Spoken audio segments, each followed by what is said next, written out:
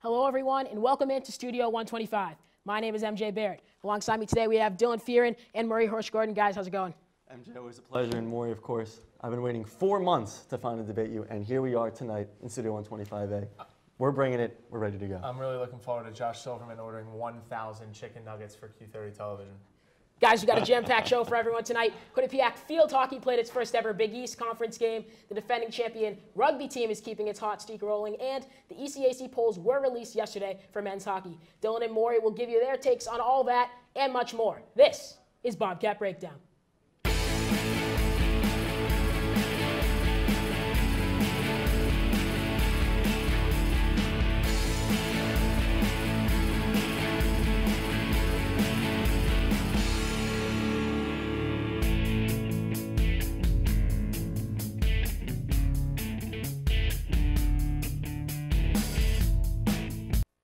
Which direction we want to go. And before, a lot of times it has to do with the sun. You look into the sun, you figure out where the sun's going to be, what time it is. You know, if it's 12 or 1 in the afternoon, you don't have much of a play. But when we hit this time, so we had already made that decision last time when we played Lafayette. It was nighttime, so we switched it around. So we did cognitively make that decision to try to be this way.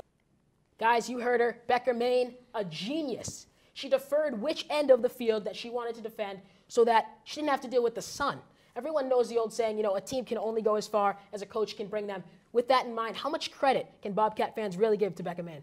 I think a decent amount of credit. I mean, you're a coach. She's very smart. She's been with the program for many, many years. She's had many, many victories. She brought him from the MAC to the Big East. She's done a lot of things for this program, won a MAC championship, been to the NCAA tournament. She deserves credit, but I think I was at the game, and I saw a lot of really good things from this Quinnipiac team, aside from coaching, aside from formations, plays, things like that. Michelle Federico was phenomenal, 2 goals. Ran the field very, very well. Angie King was great on defense. Dana Barlow played well in midfield. Lauren Belsky looked very, very good on the defensive side. She's looked way better than last year. I think, yes, she deserves credit, but the players played extremely well. MJ, answer this question for me. Was Becca Main a player on the field? No, she was not. No, so her players got it done. Becca Main, yes, deserves credit for a game plan, but no, this team showed up. This team was 0-6. It didn't have a win. This team was lost. This team was in the dust. This team showed up and not only got its first win on its Big East home opener, on its home field, this team showed up, put in 4 goals, a season high, 4-2 victory over Georgetown. Yes, Georgetown was 3-31 since the start of the 2010 season in the Big East. And, you know, the Hoyas have been the laughingstock, but Quinnipiac had a lot on its back, and its players got it done, and it started with Savannah Riley, her 50th point of her career, 5 goals, and the team has 12 overall. She's got almost half of them for the graduate student. I didn't see Savannah Riley doing too much. She sits right in front of goal. She has plenty of chances to get goals. Yes, she scores most of the goals for Quinnipiac, but she has way more chances than, you know, any other player on the team. When you score half of your team's goals, let me know She has way more opportunities. She should be scoring, in my eyes, way more. I'm looking at Michelle Federico, Angie King, Dana Barlow, Lauren Belsky, and Inez Ruiz Martinez, the freshman, starting instead of her sister, her older sister. She looks very, very good as a freshman. It's those guys. Savannah Riley, great player, playing okay, scoring goals, but she should be scoring way more in my eyes. And that could lead to, instead of 1-7, maybe 4-3. Because Quinnipiac, if you look at it, guys, 95% of the field, they are really playing better than their opposition. It's that 5% right in front of goal when they really are getting outplayed by the opposition's defense. So put the ball in the back of the net. Right, and Savannah Riley is doing that, but I think she should be doing it at a little bit of a higher ratio. No. Yes. Riley's got almost half her team's goals. So what? If you score 40 points in a basketball game, we all know you play Quinnipiac Intramurals. We all know you love to shoot the rock. This isn't basketball. When you score half of your team's goals, points. Okay, wait. You want to talk basketball? You want to talk about, if you have 8 threes in a game, but you take 26, that's not. You had 8 threes, but you took 26 shots. But there's no stat. You have to put shots on goal, and Savannah Riley's doing that, and she's this team's leading scorer, and she's doing that. She needs help. I'm not saying she's playing terrible. MJ, she needs help. I'm not saying she's playing terrible. I'm saying that there are times in the games this season, the first 8 games, where there could have been more goals for her or more goals for other players. I'm not saying she's playing terribly. I'm saying I don't give her the credit for winning that Georgetown game. I give it to Michelle Federico, Angie King. I give it to Dana Barlow. Inez Ruiz Martinez, a freshman, played great that game. That's what I'm giving it to. I'm not giving it to Savannah Riley. All right, guys, let's take a look. Who didn't score that game, by the way. Guys, let's take a look at another clip from Becca Main after that game. For us, this is establishing not only here we are, we came to play, and we're looking to not just enter and be here. We want to do more than just be here. So given that clip, guys, what do you agree that this Bobcat team made a statement with this win? Is this win a statement win in the Big East? No, this team did not make a statement win. Georgetown, like I said, was the laughingstock. 3 wins in 6 years. Talk to me on Friday, MJ, when this team comes back from Virginia. They play a Liberty team who went 12-6 last year. 6 of its losses, all 6 losses, were to teams ranked 3rd through 11th in the country. They play a brutal schedule, and not to mention 5 of those 6 losses by 1 goal. This team has put up 18 wins in a season, 16 wins in a season, 12 last season. This team is hot. This team finished 20th in the country last year, and Quinnipiac's got a big test come Friday night. It's a tiny bit of a statement, and this is why, guys. They were 0-6 going into that game. They had to get that win to get the monkey off the back, as you said. They're 0-6. They've been playing better than a team that's 0-6. If you watch the games, they really could have been 3-3, even 4-2 if they had taken advantage of those chances that they had that I was talking about in front of goal in that 5% of the field. So even though they were 0-6 playing better, still 0-6, they had to get that win. It's a tiny bit of a statement to say, we're here, we're finally showing up, we're getting a W. Tiny bit of a statement. Not huge because, as Moria said, Georgetown laughingstock. They were 1-4 in the Big East last year, 0-5 the year before. They're at the bottom. Quinnipiac really needed to get that win. They're trying to make the playoffs in the Big East tournament. If Quinnipiac women's basketball was a dominant mid-major team, another team on campus who's played, the likes of Alabama's, the likes of top teams in Power 5 conferences, they destroyed Alabama 2 years ago with that Jasmine Martin team. Would that mean that they made a statement if they, let's say, Quinnipiac women's basketball was in the SEC? No. It's a statement win if you beat a good team, a team that consistently gets to the NCAA tournament. This team, it's their first win. It's their first win. This team, Dylan, with its core, who it still has Angie King, it still has Savannah Riley, it still has a number of other players, Lily Shimo. They beat Villanova in 2014. This team also can compete with Temple. Villanova, Temple, and Georgetown should be wins. The game against Providence will determine if this team gets in the playoffs. Right. There's no reason why this team can't be over 500. It's their inaugural Big East game. You don't think that's a little bit of a statement that we won our first Big East game? Yes, a little bit of a statement. Right, a little bit of a statement. But they're a great team, and I hold them to high standards. They're a great team. Wait, so you said and no Becca Main's a great coach. You said it's zero statement. You said it's a high standards. You said it was a zero statement at first, and now you're saying it's a tiny bit of a statement, which was what I said. It's a little bit of a statement because it's their first Big East game. They're 0-6. They had to get that first win. I said give them credit early on. In the first question I said, but you said talk to me Friday. You said talk to me Friday. Because a statement is a lot more. That's a statement. We're in the Big East. We belong here. We got our first win. Bring it on to Liberty. Statement is a lot more. We'll see you in Virginia on ESPN3. Yeah. And we'll see October 8th against Providence, a team that they've been 1 goal either way for the last couple of years with, and that could be a playoff game in early October before this team even plays Senior Day, UConn, all that. You say talk to me on Friday when they play Liberty, but I don't really think the Liberty's game is going to be even close. Liberty just lost to Syracuse 3 weeks ago by 1 goal. Syracuse, the defending national championships, they lost to Syracuse in overtime. I don't know that? Oh, I think big Syracuse. I think you know that, but I don't think that's the game where you talk to me Friday. I think you say talk to me when they play Temple, Villanova, Providence. That's when we have I'm expecting wins. They are a great team. They have a great coach. They have a great core who has won, who's been to championships, who's been to NCAA tournaments. No reason why this team shouldn't be in the Big East playoffs. All right, guys. So I guess the issue here, defining what is a statement. I'll let you guys battle that out off the air. But bring it back. What does joining the Big East Conference, a new conference for this team, mean for this university in general? Well, for the team, first of all, it's huge. I mean, you're going to the Big East, way better conference than the MAC. You're playing consistently top teams in the country. Talk about UConn, top 5 team. Liberty was an independent last year. They're finally in the Big East, and Old Dominion's always in the top 15, top 20 of the country. So you're now talking about playing at least 3 really, really good teams in conference play every single year, which you're not getting in the MAC. Second of all, just recruiting. You're now a Big East program. Before you're a MAC program, now you're a Big East team. You say, we go to Michigan State every year for non-conference play. We go to this team. We go to this team. Now we can play UConn, Old Dominion, Liberty. You know what I mean? Villanova, Temple. I mean, those are just maybe not the best teams in the country. Villanova, Temple, Georgetown, whatever. But they're still big-time programs in terms of all of athletics and all of academics as well. It's huge for recruiting. It's huge for the team. All that kind of stuff, and the games you're playing. Totally agree with you. I think athletically, it's tremendous for this university. I think it's a wedge in order to get the rest of the teams from campus into the Big East. Do I think that's going to happen? No, but maybe it's a wedge to get the rest of the university into the A10. I do think, though, with the new branding, aside from the athletic standpoint, with Quinnipiac, really focusing on that Q. I think other teams in the Big East, like Villanova, they have the V, and that's in their fight song. Temple has the T, Georgetown has the G. So when you own that letter, that's really a brand from your school, and we're already seeing that in the Big East. Well, guys, pretty exhausting field hockey conversation there. Great job. Thank you. Well done. But we're going to take a quick break. When we return, though, the start of women's soccer conference play has come, and we're going to dive into the early college hockey polls. We're off and running. This is Bobcat Breakdown. Welcome to A Sheer Sensation, North Haven's premier cosmetology service, located at 140 Washington Avenue, minutes from Hamden. We offer an array of services, from basic cuts and colors to lash extensions and formaldehyde-free keratin treatments. We also provide hair chalk and styling for men. When you spend $60, your Q card will get you 10% off. Call us at 203-239-6477 to make your next appointment at A Sheer Sensation.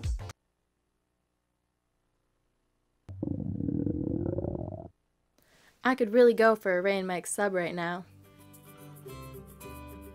Come to Ray and Mike's and try our Philly chicken and cheese for just over $4. Giant cheesesteak subs and mouth-watering boar's head sandwiches for as low as $4.75. Q Cash accepted just a mile down the road on Whitney, here at Ray and Mike's.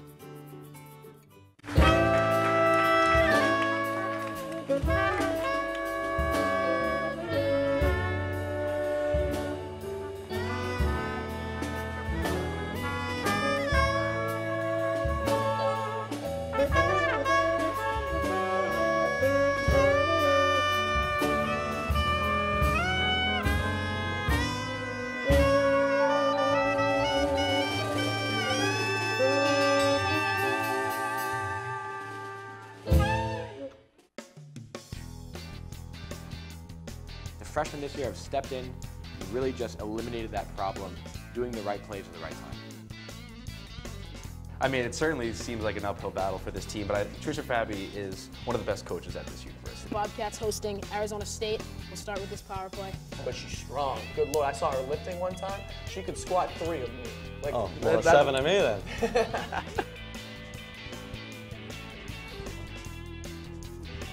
Welcome back, everyone. MAC play began for the women's soccer team this past weekend. The Bobcats hopped on a bus for a road trip down to New Jersey to take on the Bronx of Rider University.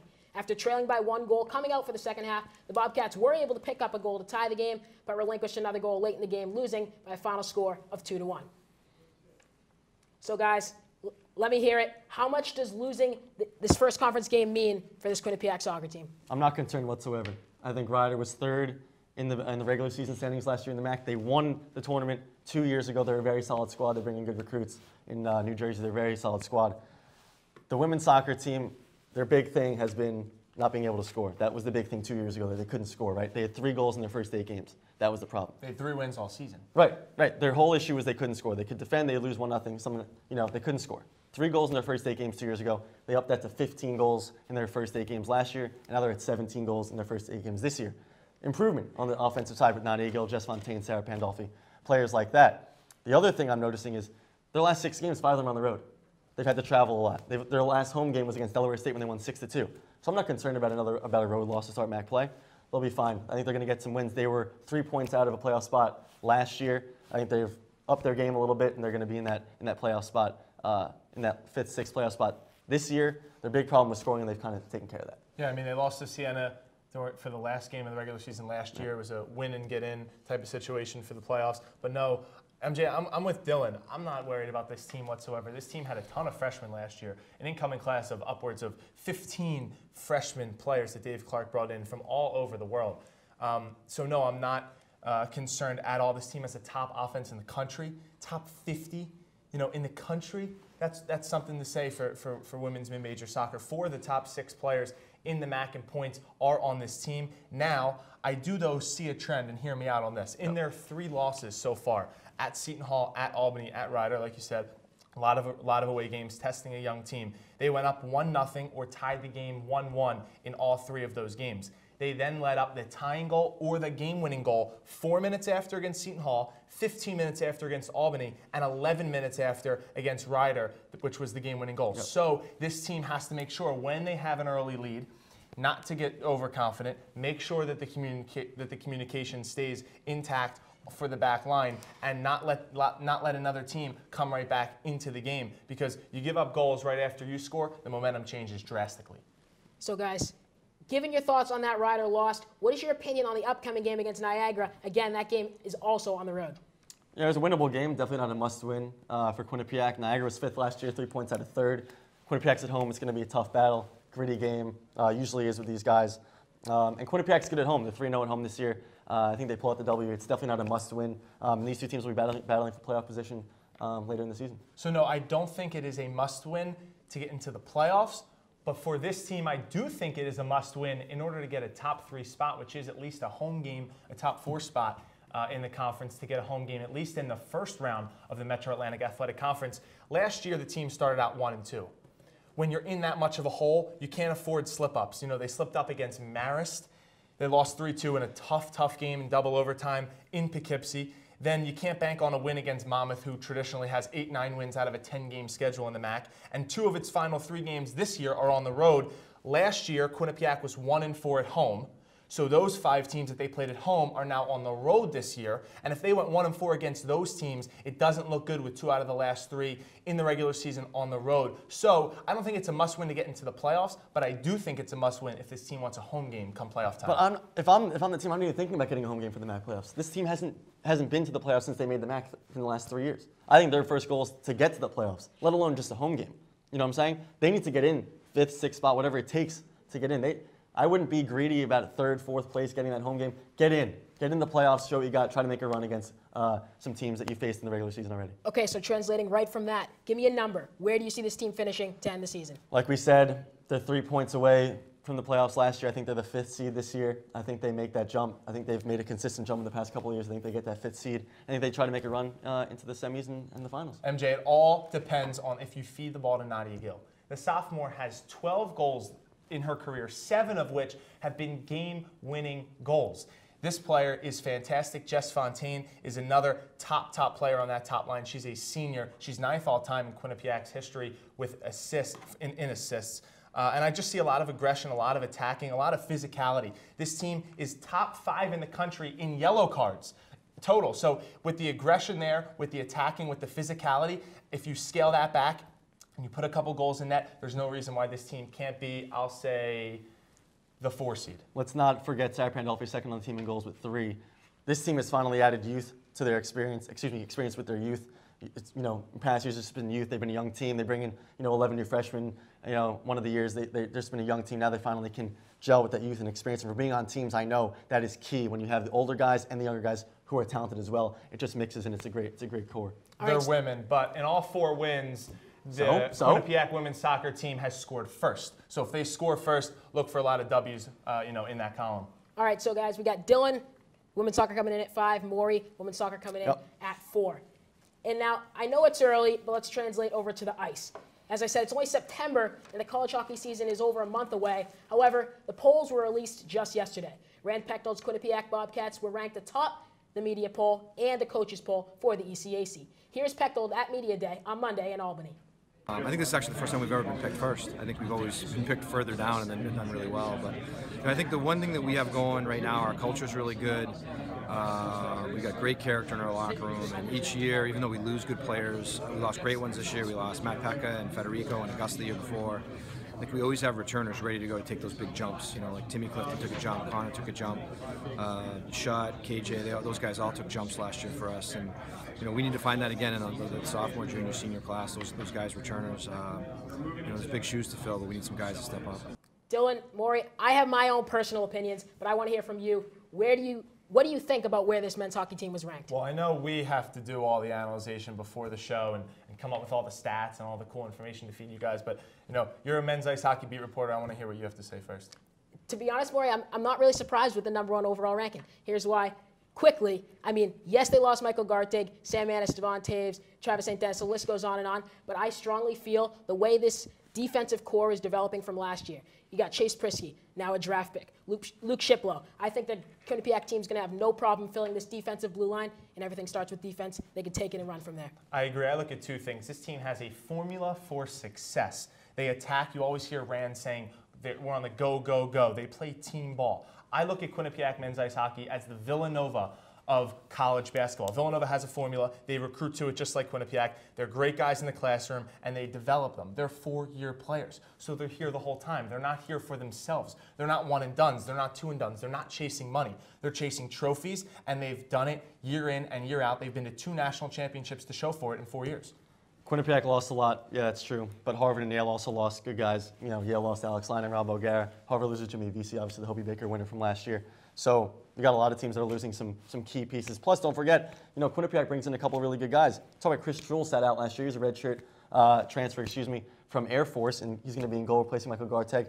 You know, he's tall, he's 6'5" on skates, he's big, he's wide. You know, he can be really good. Landon Smith, don't forget him. Luke Schipple, you said him. Derek Smith. You know, they got a lot of guys. You know, it's just next man up. You look at the team that's so deep, next man up. You got the Cliftons, of course, they're on the All-ECAC preseason team. Those guys are there. So they got a lot of returners as well, even though they lost, 6, 7 guys. And you talk about teams that have lost other guys as well, Harvard, Yale, as I mentioned. And look at St. Lawrence. St. Lawrence brings back a lot of guys. They were second in the poll. And people are kind of surprised at that. But if you look, they really bring back a lot. Kyle Hayton in goal for his junior year. He's looking to have a really good year. And they're bringing a freshman, Taggart Corvo, who's a freshman stud. He's, going to be in the NHL in a couple of years. Look out for him.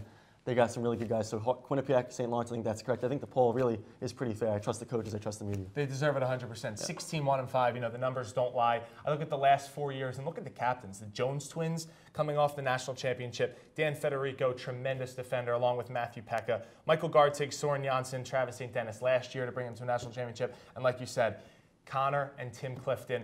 One on offense, one on defense. They're bruisers. They've worked hard. It's their time to shine. All right, guys, I'm going to agree with Dylan here. Don't look past St. Lawrence, Maury, so don't forget that one. But it's time for another commercial break. When we come back, we'll discuss our defending national champion rugby team. Our very own rugby analyst, Tom Cunningham, is on the way. Don't go away. Trust me, you're not going to want to miss him. Welcome to A Sheer Sensation, North Haven's premier cosmetology service, located at 140 Washington Avenue, minutes from Hamden. We offer an array of services, from basic cuts and colors to lash extensions and formaldehyde-free keratin treatments. We also provide hair chalk and styling for men. When you spend $60, your Q card will get you 10% off. Call us at 203-239-6477 to make your next appointment at A Sheer Sensation.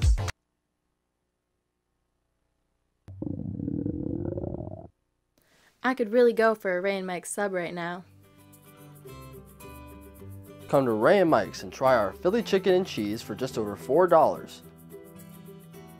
Giant cheesesteak subs and mouth-watering boar's head sandwiches for as low as $4.75.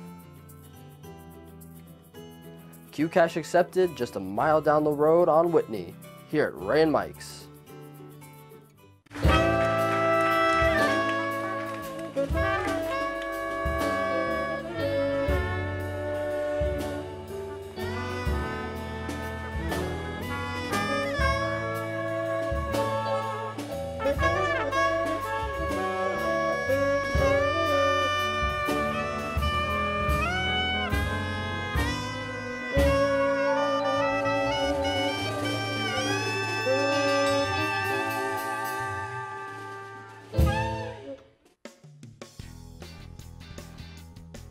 Freshmen this year have stepped in and really just eliminated that problem, doing the right plays at the right time.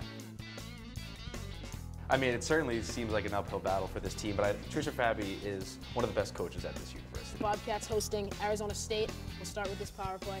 But she's strong. Good Lord, I saw her lifting one time. She could squat 3 of me. Like, oh, well, 7 of me then.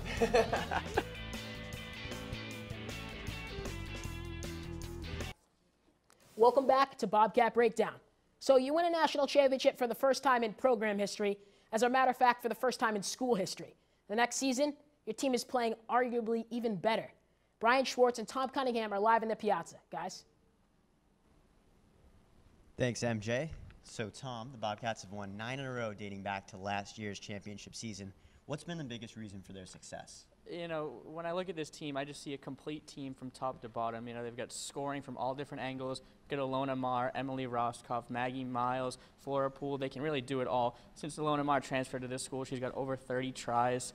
She's really been a difference maker for this program. Natalie Costco left school early to go to pursue an Olympic dream. Alona Marr comes in, and she's been fantastic for this team. She's really been the catalyst for this offense. The other defense is collapsing around Alona Marr, which opens up lanes for players like Emily Roscoff, Flora Poole, and the freshman Mika Maples. Mika Maples, 2 tries in her last 2 collegiate games after never playing rugby before.